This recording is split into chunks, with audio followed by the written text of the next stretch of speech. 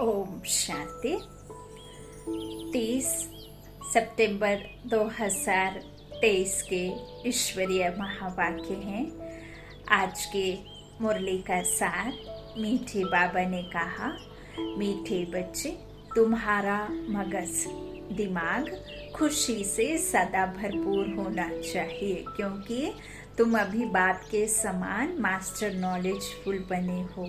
प्रश्न है मुरली का, तुम बच्चे किस जन्मों के लिए किस आधार पर माला माल बनते हो? उत्तर में बाबा ने कहा, संगम पर तुम डायरेक्ट बाप को अपना सब कुछ देते हो, सब बाप के हवाले कर देते हो। इसके रिटर्न में तुम 21 जन्मों के लिए माला माल बन जाते हो। बाबा कहते, इस समय तुम्हारे पास जो कूड़ा किचड़ा है वह मुझे दे दो, मरने के पहले अपना सब कुछ ट्रांसफर कर दो, तो भविष्य में उसका रिटर्न मिल जाएगा, नहीं तो कोई चोर खा जाएगा या धूल में दब जाएगी। बाबा ने कहा, जो आपके 5 विकार रूपी आपको दुख देने वाले रावण है ना, वो 5 विकारों का दान दो और तन मन धन से समर्पित हो जाओ। तो मैं, यदि तुम मेरे साथ में इस तरह का इस संगम युग पर एक जन्म के लिए सौदा करते हो, तो फिर मैं तुम्हें वापस कर दूंगा, अर्थात ट्रांसफर कर दूंगा भविष्य में। तो बाबा कहते हैं, भविष्य में मैं उसका रिटर्न तुम बच्चों को दे दूंगा। यदि तुम मेरे अर्थ नहीं लगाओगे तो फिर यह सब कहाँ चला जाएगा, विनाश हो जाएगा, खत्म हो जाएगा, सफल नहीं हो पाएगा, है ना। गीत है ओम नमो शिवाय।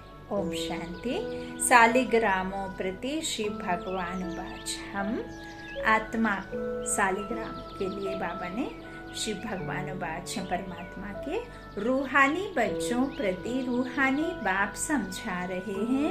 अभी तुम बच्चे जानते हो, यहाँ हमको आत्मा समझ बैठना है, ना कि शरीर। और सारी दुनिया में एक भी ऐसा मनुष्य नहीं है जो यह समझते हो कि आत्मा क्या है। आत्मा को ही नहीं जानते तो फिर परमात्मा को भी कैसे समझेंगे? भल पूरी दुनिया के मनुष्य आत्माएं हैं एक पिता की संतान, लेकिन कोई समझता नहीं है। भगवान को याद भी करते हैं, लेकिन उनको यथार्थ नहीं जानते। तो बाप द्वारा ही आत्मा की समझानी मिलती है। आत्मा और परमात्मा को ही नहीं जानते, इसलिए ही मनुष्य दुखी हैं।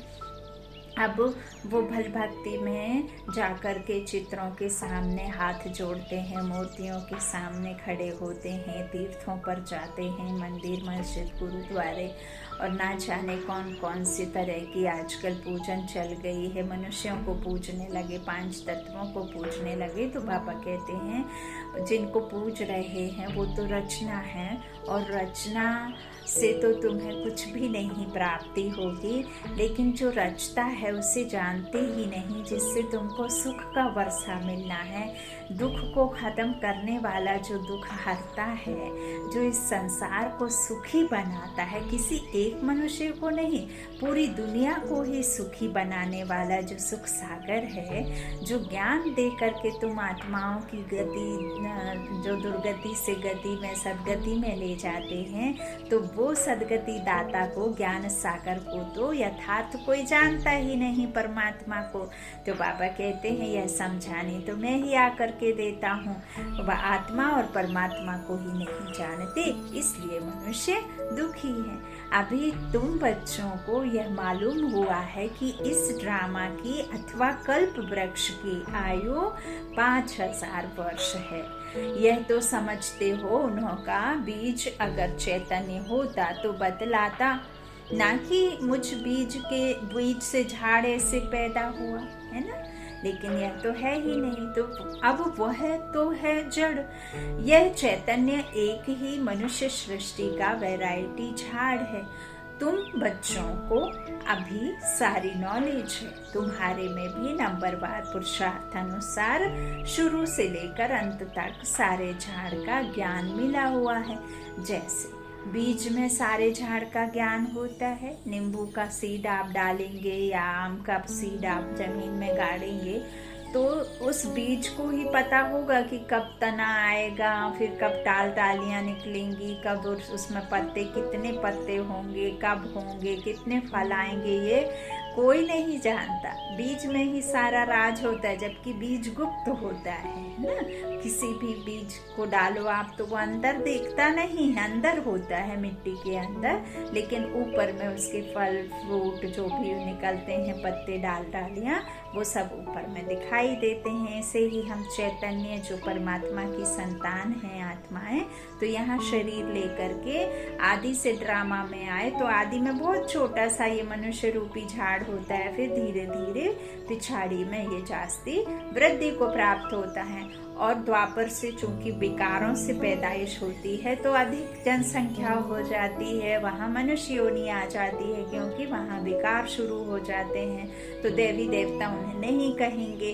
फिर कलयुग के अंत तक तो पूरा झाड़ जितना भी है सब क्या हो जाता है, विस्तार हो जाता है। और यह विस्तार तो सिर्फ चैतन्य जो बीज है परमात्मा वो ही जानता है। तो बाबा क्या कहते हैं कि तुम्हारे में भी यह नॉलेज नंबरवार पुरुषार्थ अनुसार है, शुरू से लेकर अंत तक सारे झाड़ का ज्ञान मिला हुआ है। परमात्मा ने तो सबको दिया है। तो जैसे बीज में सारे झाड़ का ज्ञान होता है, यह बाप है चैतन्य बीज रूप, गाते भी हैं परम पिता परमात्मा सत्य चित्त आनंद स्वरूप है।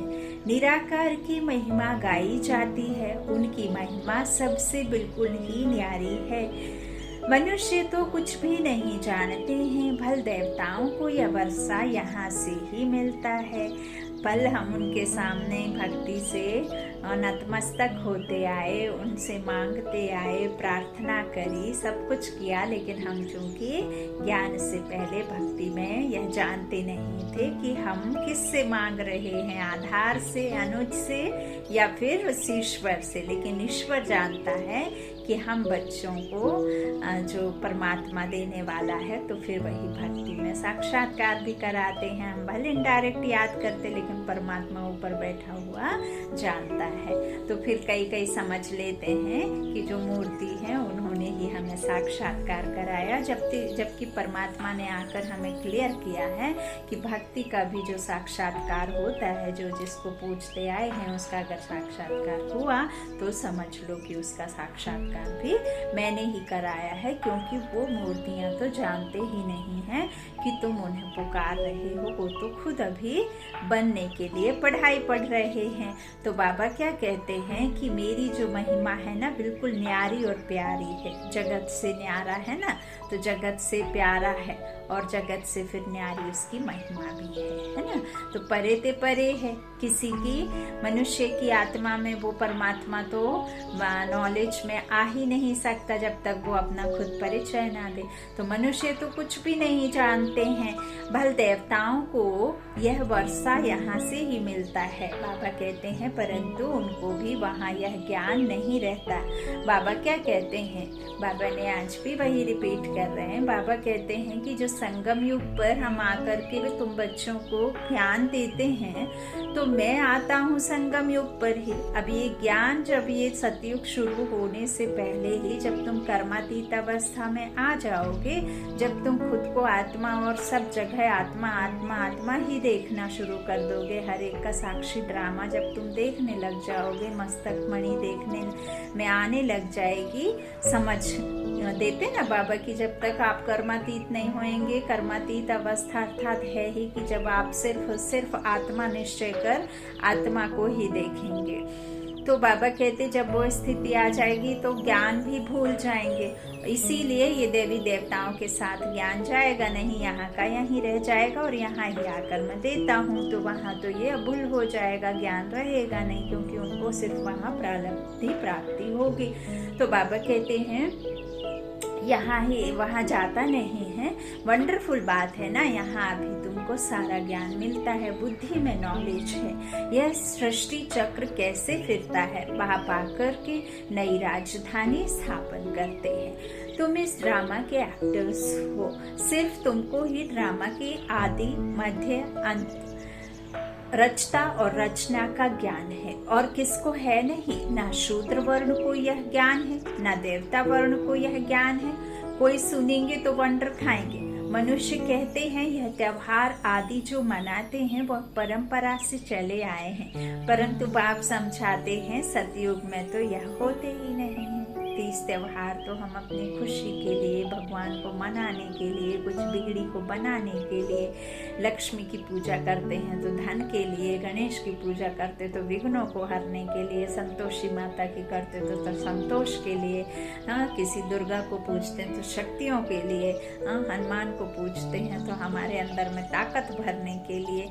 इस तरह से अलग अलग देवी देवताओं को अलग अलग तरीके से पूजते, तो वहाँ पे ना तो आपके पास में ऐसा कोई शक्ति रहेगी, ना ही वहाँ प्राप्ति रहेगी। धन से आप, धान्य से आप जो है सुख से, शांति से भरे रहेंगे, तो आपको ना ही कोई शांति देवता को, मनसा देवी को मन की आस पूरी करने के लिए पूजा पाठ करनी होगी, ना लक्ष्मी को मनाने के लिए आपको कोई धन की आस रहेगी। तो बाबा कहते हैं, और ना ही कोई वहाँ विघ्न होगा जिसकी वजह से आप गणेश को याद करें, हनुमान को याद करें।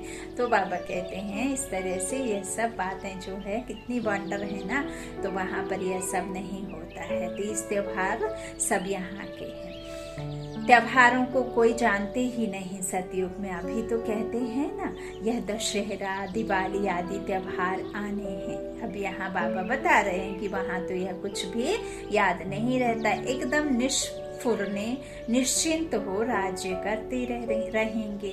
अभी यहाँ तुम्हारी बुद्धि का ताला खुला हुआ है। तुम एक्टर्स हो, इस ड्रामा के क्रिएटर, डायरेक्टर, मुख्य एक्टर और ड्यूरेशन आदि को जानते हो, है ना। हम जानते हैं ना कि कौन क्रिएटर, डायरेक्टर, मुख्य एक्टर्स कौन है, सुपरस्टार कौन है, तो सुप्रीम सोल गॉडफादर ही है। तो बाबा कहते हैं कि यह नॉलेज जिसकी बुद्धि में रहेगी उनको अपार खुशी रहेगी। गॉडफादर को ही नॉलेजफुल, ज्ञान सागर कहा जाता है। कौन सी नॉलेज है? सिवाय तुम्हारे यह कोई भी समझ ना सके। गॉड को ही नॉलेजफुल, वर्ल्ड ऑलमाइटी, अथॉरिटी कहा जाता है। सर्वशक्तिमान बाप है। तो नॉलेज किसकी है? सभी वेदों, शास्त्रों, ग्रंथों, सृष्टि के आदि मध्य अंत की। अब ये हम हिस्ट्री, ज्योग्राफी जो पढ़ते हैं कि कितने अक्षांश देशांतर पर कौन कैसे घूमता है, पृथ्वी घूमती है, सन के चक्कर काटती है, कौन से नक्षत्र ग्रह कौन से नज़दीक हैं, कौन सा ज़्यादा तारा चमकता है, कौन से सन में किसने राज्य किया। तो यहाँ परमात्मा हमें वो हद की हिस्ट्री, ज्योग्राफी नहीं पढ़ाते हैं। बाबा तो हमें बेहद का पढ़ाते हैं कि कैसे मनुष्य के जो सृष्टि पर आने के बाद में 4 युगों का राज्य जो चलता है, कैसे बाबा कहते हैं कि ये संगम से शुरुआत तुम्हारी होती है, मुखवंशावली, तुम देवी देवता बनने के लिए ब्राह्मण बन करके पढ़ाई करते हो, फिर फरिश्ता बन देवता बनते हो। फरिश्ता बिना बने, बिना शांति धाम परम धाम जाए आप डायरेक्ट उधर आदि में आ नहीं सकते। तो वहाँ पावन तन जब मिलेगा, जब आप शांति धाम में जाकर थोड़े विश्राम करेंगे, फिर आदि में ड्रामा होगा। तो बाबा कहते हैं इसी तरह से सूर्यवंशी, क्षत्रिय, वैश्य, शूद्र, ये 4 चलते हैं आदि मध्यांत में। तो इसी तरह बाबा कहते हैं कि कितने सन कौन सा राज्य चला है ना, 1250 बाबा का जो स्थापन किया हुआ राज्य चलेगा। तो 1250 वर्ष में 8 डिनाइस्टी, फिर 12, फिर 21 डिनाइस्टी द्वापर में होंगी, फिर 43 जन्म सबसे जास्ती, कलयुग के सबसे जास्ती जो पैदाइश, इसीलिए क्योंकि सबसे जास्ती जो होते विकार होते हैं। तो यहाँ देखो, और पूरे धर्म आदि सब यहाँ इकट्ठे हो जाते, तो फिर जनसंख्या भी ज़्यादा बढ़ जाती। तो ऐसे बाबा बताते हैं कि 2500 वर्ष जो है मेरे हैं, मेरे स्थापन किए हुए, उसमें 21 जन्म तुमको कोई दुख नहीं मिलता, बेहद का वर्षा बाबा देकर जाते हैं। त्रेता में भी हम श्रेष्ठ रहते हैं। तो बाबा ने क्या कहा, 16 कला जब संपूर्ण रहते हैं तो महाराजा महारानी अर्थात लक्ष्मी नारायण का राज्य चलता, फिर राजा रानी अर्थात चंद्रवंशी 2 कला कम होकर के राम सीता का राज्य चलता है। तो ये कितना मतलब नॉलेज इतना सहज ईजी है, इसको कोई पेन डायरी उठा के लिखने की की नहीं, बुद्धि में धारणा करने की है कि कैसे बनते हैं और कैसे फिर बिगड़ जाते हैं जाकर के द्वापर से।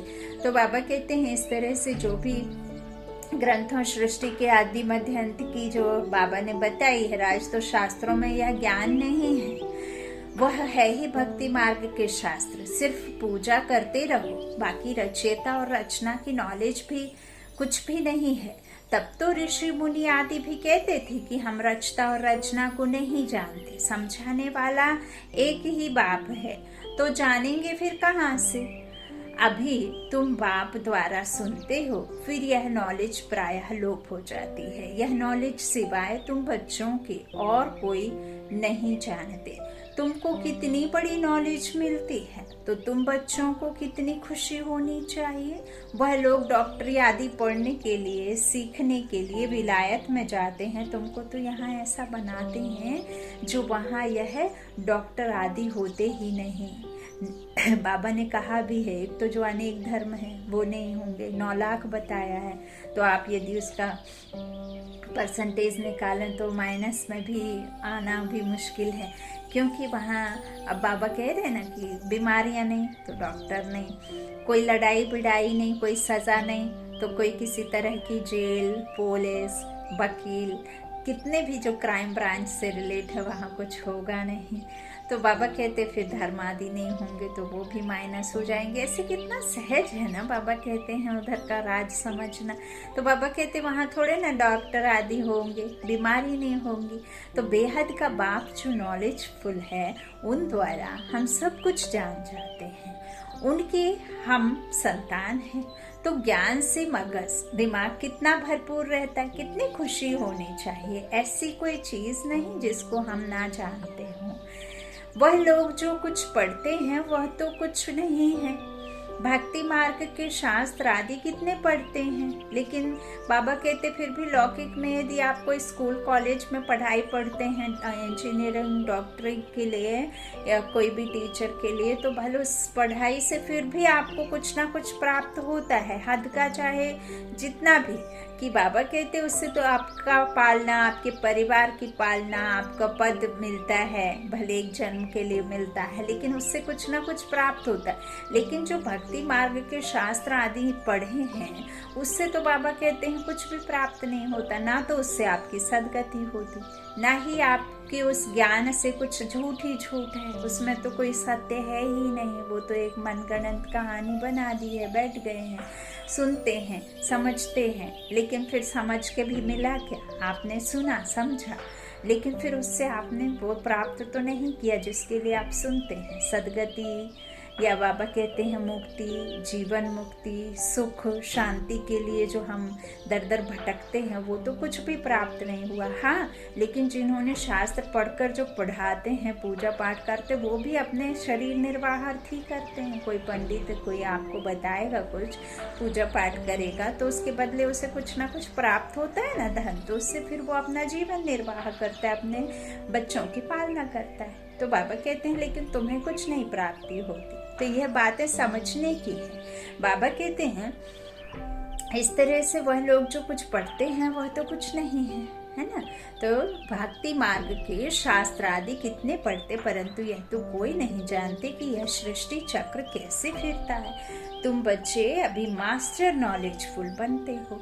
नट शेल में तो सब जान चुके हो, बाकी सिर्फ आत्मा जो तमो प्रधान है उनको सतो प्रधान बनाना है। कोई है जो तमो प्रधान से तमो बने होंगे, कोई तमो से रजो बने होंगे, कोई रजो से सतो बने होंगे। सतो प्रधान नहीं कहेंगे।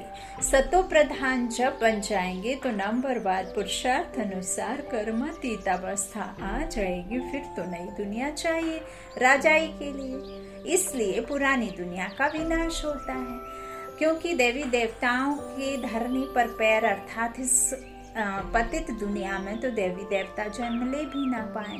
तो कृष्ण का जन्म भी तो तभी होगा जब ये दुनिया विकारों से मुक्त हो जाएगी, है ना। तो अभी है कितने वर्ष बाकी है ना कृष्ण को आने में, इसीलिए तो फिर ये सफाई चल रही है। तो जब यह यज्ञ पूरा होगा तो सारी पुरानी दुनिया की आहुति पड़ेगी, यह पढ़ाई पूरी हो जाएगी, फिर नंबरवार पुरुषार्थ अनुसार कर्मातीत अवस्था को चक्र लेंगे। जैसे वह भी इम्तहान पास कर फिर ट्रांसफर हो जाते हैं, तुम भी मृत्यु लोक से ट्रांसफर हो अमर लोक में चले जाएंगे। अब अमर लोक ऐसा नहीं कि आपकी मौत ही ना हो, मौत में बाबा कहते हैं गोल्डन एज कहते हैं उसे ही स्वर्ग। 150 वर्ष की आयु माना स्वर्ग। जब यहाँ भी आपने एग्जाम्पल के लिए समझते हैं, यहाँ भी आपने देखा होगा यदि हमारे परिवार में किसी की आयु 100 वर्ष क्रॉस हो जाती है तो उसको ढोल नगाड़ों के साथ में विदा करते हैं और सभी के मुख से खुशी ही निकलती है कि इन्होंने अपनी आयु जो है पूरी कर ली, जितना जीना था सुख से और अच्छे से जी लिया, अब तो इनको खुशी खुशी से विदा करो। तो ऐसे ही परमात्मा कहते हैं अमरलोक अर्थात गोल्डन एज अर्थात 150 वर्ष। वहाँ कोई खुद को बुढ़ापा महसूस नहीं करता, कोई को बुढ़ापा नहीं आता, क्योंकि ना कोई बीमारी ना कोई किसी तरह की परेशानी। तो शारीरिक क्षमता देवन से आखिरी तक 150 वर्ष की आयु तक सेम टू सेम होती है, सिर्फ ऑर्गन्स बढ़ते जाते हैं, शरीर की आयु बढ़ती जाती है। तो फिर 150 वर्ष में वो साक्षात्कार हो जाता है और शरीर छूट जाता है, बच्चे का नया ले लेते हैं, है ना। तो उसे ही फिर चिरंजीव कहा, बाबा कहते हैं ना कि दूधू नहाओ पूतो फलो, इस तरह से बोलते हैं। तो हर एक घर में फिर एक बच्चा एक बच्ची भी बाबा ने कहा, ऐसे नहीं किसी को 4 तो किसी को कुछ भी नहीं, है ना, तो किसी को 6, तो इस तरह से नहीं, वहाँ एक बच्चा एक बच्ची। योग बल में उतनी ही ताकत है ना, हाँ, विकारों में जननी की ज़्यादा ताकत है, लेकिन योग बल में थोड़े ना इतनी, है ना। तो इसीलिए बाबा ने कहा वो सुख की दुनिया में सब इतने ही दो, हम दो हमारे दो का नारा भी सतयुग त्रेता का ही है, यहाँ का नहीं है। तो बाबा कहते हैं यहाँ तो फिर देखो जिनके ज़्यादा हैं तो फिर वो पूरी दुनिया में दिख रहे हैं, और हमने गवर्नमेंट ने जो कहा उस रूल पे चल पड़े तो हम तो कम हो गए, है ना। तो ये सब ड्रामा में नूंद है, इसमें कोई डाउट करने का नहीं है। तो बाबा कहते हैं तुम जो है ट्रांसफर हो, अमरलोक में चले जाएंगे। हम अमरलोक में थे, फिर 84 जन्म लेते लेते मृत्यु लोक में आ गए हैं। तुम कहते हो अभी हम पढ़ रहे हैं, फिर अमरलोक में जाकर देवी देवता बनेंगे। बाप ही मनुष्य से देवता बनाते हैं, पतितों को पावन देवी देवता कौन बनाएगा। देवता तो यहाँ कोई है नहीं जो देवी देवता बनावे, लक्ष्मी नारायण चाहिए ना, वह तो यहाँ होते नहीं। तुम बच्चे जानते हो इस समय बाप ही आकर पढ़ाते हैं, स्वर्ग का राज्य भाग्य देते हैं। स्वर्ग का बाबा कहते स्वर्ग था, है ना, तो लक्ष्मी नारायण का राज्य था ना। इन्हों की यह राजाई किसने स्थापन की, हेवनली गॉडफादर ने ही पैराडाइज सतयुग स्थापन किया, जहाँ देवी देवता राज्य करते थे। वहाँ दूसरा कोई खंड था नहीं, एक ही भारत था। तुम्हारी बुद्धि में है, हम जब राज्य करेंगे तो दूसरा कोई नहीं होगा। तुम्हारी बुद्धि में यह सारा झाड़ है, इसका बीज ऊपर में है, वह सत्य है, चैतन्य है। आत्मा भी इम्पेरेसिबल है, बाबा भी इम्पेरेसिबल है। जो बाबा में ज्ञान है वह तुमको सुनाते हैं, है ना। रख करके क्या करेंगे, वो ज्ञान सागर है तो ज्ञान दाता भी है। इस दुनिया में उसे राज्य नहीं करना, इसीलिए उन बच्चों को सुनाते हैं और बच्चों को आप समान बाप समान बनाकर इस संसार में राजाई देते हैं। फिर यदि वो भी आने लग जाए इस ड्रामा में तो फिर प्योर बनाने वाला भी तो चाहिए, फिर कौन बनाएगा प्योर, है। तो बाबा कहते यह सब तुमको सुनाते हैं। सारा झाड़ खड़ा है, बाबा ऊपर में है। इस समय मनुष्य तमोप्रधान कांटे हैं, झाड़ पुराना होने से जैसे सूख जाता है, इसलिए इनको कहा जाता है कांटों का जंगल। वहाँ होता है फूलों का बगीचा, बागवान भी है, किसको खिवैया किसको बागवान किसको माली कहते हैं, बाप है खिवैया। तुम भी बोट चलाना सीख रहे हो, हर एक की नैया बहुत पुरानी हो गई है। नैया आत्मा और शरीर दोनों की बनी हुई है, गाते भी हैं नैया मेरी पार लगाओ। अब नैया भी पुरानी तो शरीर भी पुराना। अब पार कैसे हो और कहाँ जाए? तुम जानते हो पार किसको कहा जाता है? मुक्ति धाम, जीवन मुक्ति धाम क्या चीज है? बरोबर आप, बाबा कहते हैं सभी पार होंगे, लेकिन बरोबर बाप अभी पार ले जाते हैं। दुख धाम से सुख धाम अथवा विषय सागर से क्षीर सागर में ले जाते हैं। वह सिर्फ गाते हैं नैया मेरी पार लगाओ, हाँ, और तुम्हारी तो लग ही जाती है। हाँ, बागवान आओ कांटों को फूल बनाओ। तुम भी पहले नहीं जानते थे, अभी मूल बतन, सूक्ष्म बतन, सतयुग से लेकर कलयुग तक सब राज को जान गए हो। जो जानते हैं वही सुनाते हैं।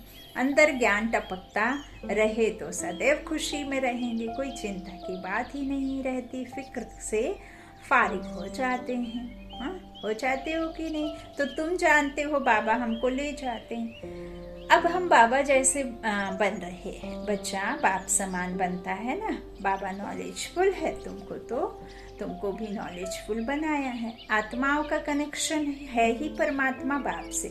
आत्मा कहती है जो बाबा में नॉलेज है वह हम आत्माओं को दे रहे हैं। तुम हो रूहानी बाप के रूहानी बच्चे। यह भी नई बात है ना।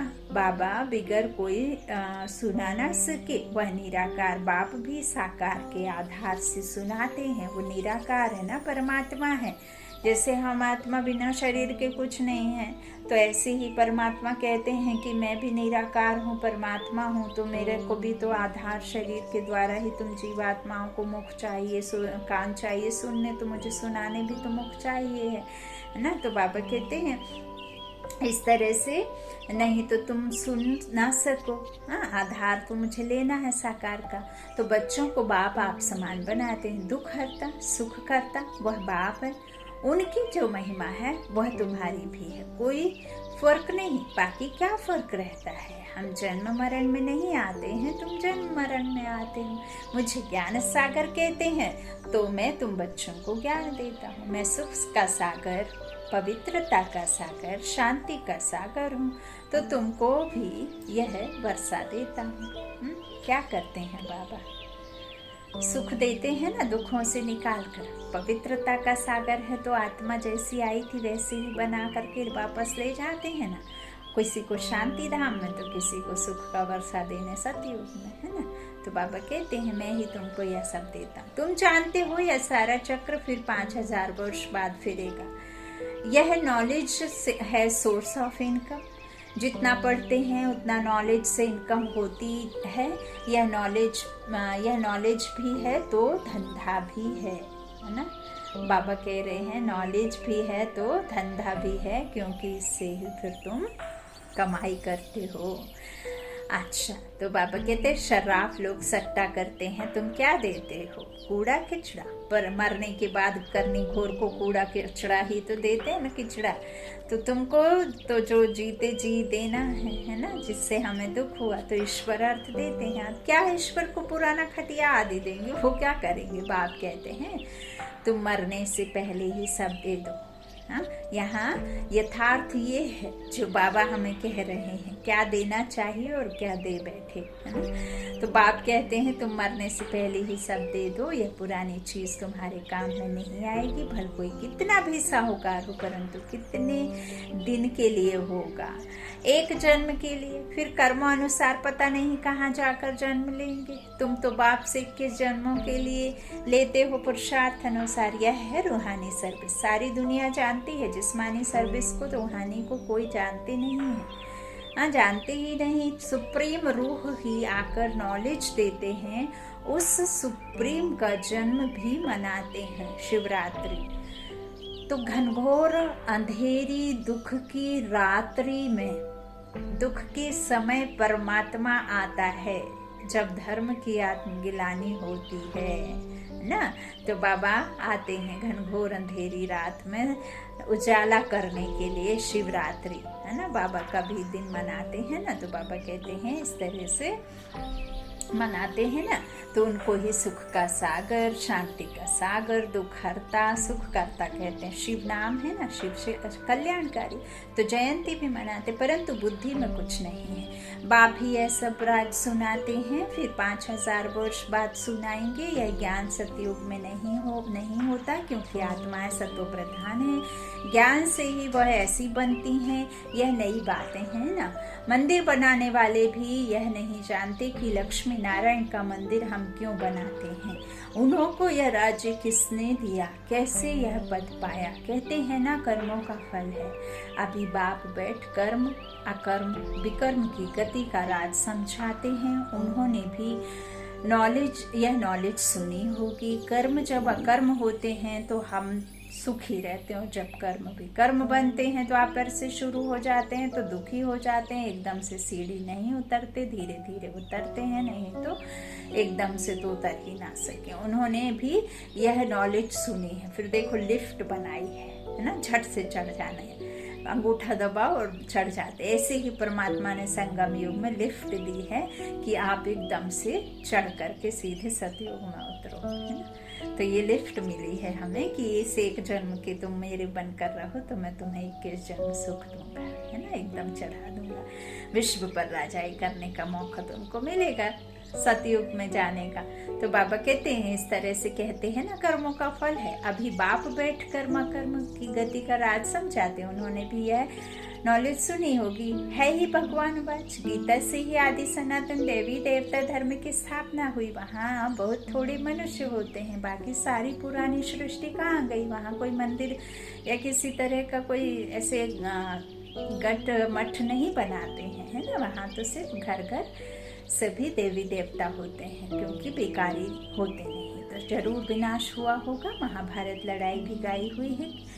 गिरधर कविराज कहते हैं। अब गिरधर तो कहते हैं श्री कृष्ण को, कवि कौन है, शिव बाबा को कवि कहा जाता है। कवि अर्थात सुनाने वाला। तुम जानते हो आफतें आदि बहुत आनी है, पुरानी दुनिया के विनाश लिए क्या क्या चीजें बना रहे हैं।